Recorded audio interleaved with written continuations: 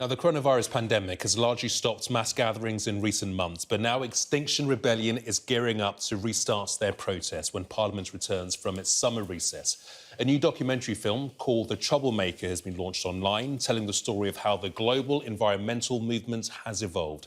Let's take a look.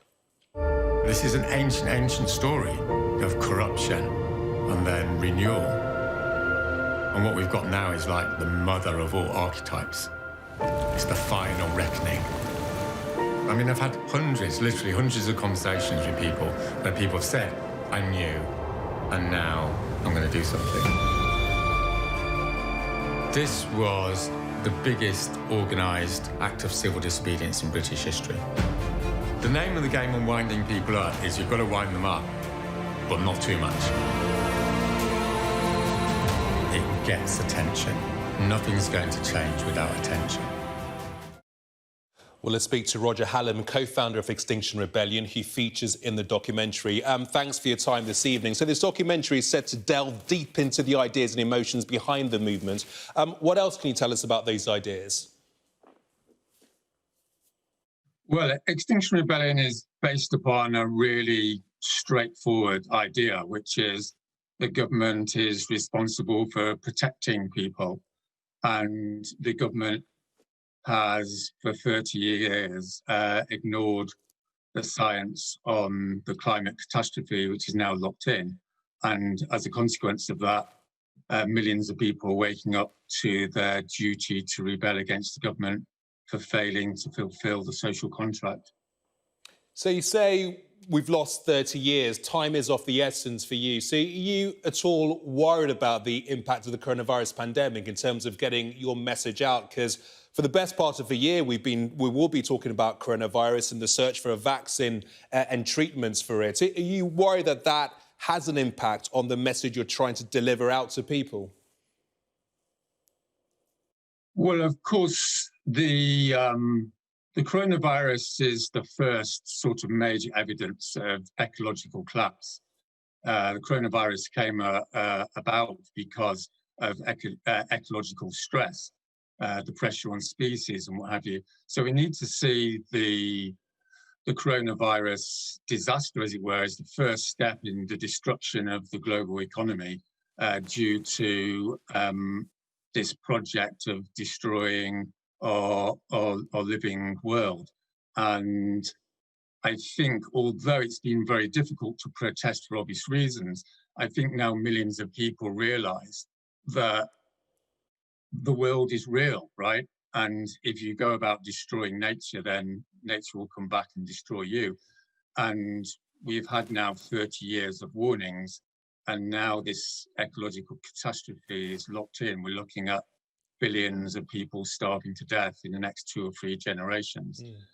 And the absolutely indescribable horror of that is coming home. And for that reason, millions of people are now prepared to stop protesting around the world for the obvious injustice. There will be many people who will say, you know, what you and your friends do is a nuisance. We've seen what's happened to trains, public transport and things like that, what we saw in central London last summer. But there is a concern that what you will be doing is potentially spreading the virus. You'll have large groups of people amassing together in central London, the likes of which we saw last summer, and then going back to your respective homes and taking the virus to different locations across the country. You and your friends could be part of the problem. We're not looking at a problem here. We're looking at the biggest catastrophe in the history of humanity, okay? That's what the scientists have been telling us in very euphemistic terms for the last 30 years. And what we're looking at is the biggest crime in the history of humanity, namely the unwillingness of governments in full knowledge of the science to prevent the emission of greenhouse gases over the last 3 decades.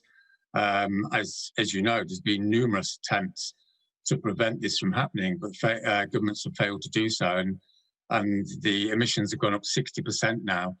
And basically, we're looking at it game over for the global economy. So, I mean, this is the irony of it, is people might complain about was causing a nuisance and what have you. But what the big story is here is some of the corporate class have decided to destroy the world economy in order to maintain their profits, namely the fossil fuel industry. And the big question is what do people want to do now in terms of saving their livelihoods and saving their children's lives?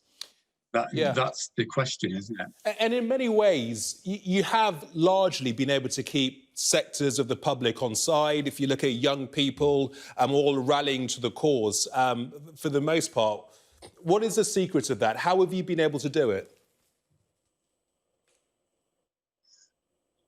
Well, there's two reasons for engaging in civil disobedience. One is because you want to maintain your self-respect in the face of radical evil, which is what we're dealing with here, namely a project to destroy the lives of billions of people.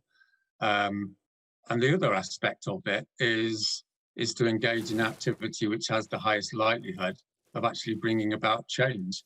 As you said in your clip, like the protests last year were the biggest act of civil disobedience in British history, and they changed the conversation in the UK.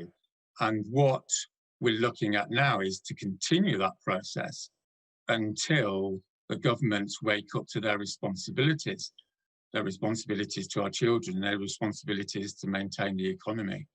And that's really a matter of millions of people taking to the streets and staying on the streets until we see some change. OK, let's see what happens when Parliament returns. Roger, thank you for your time.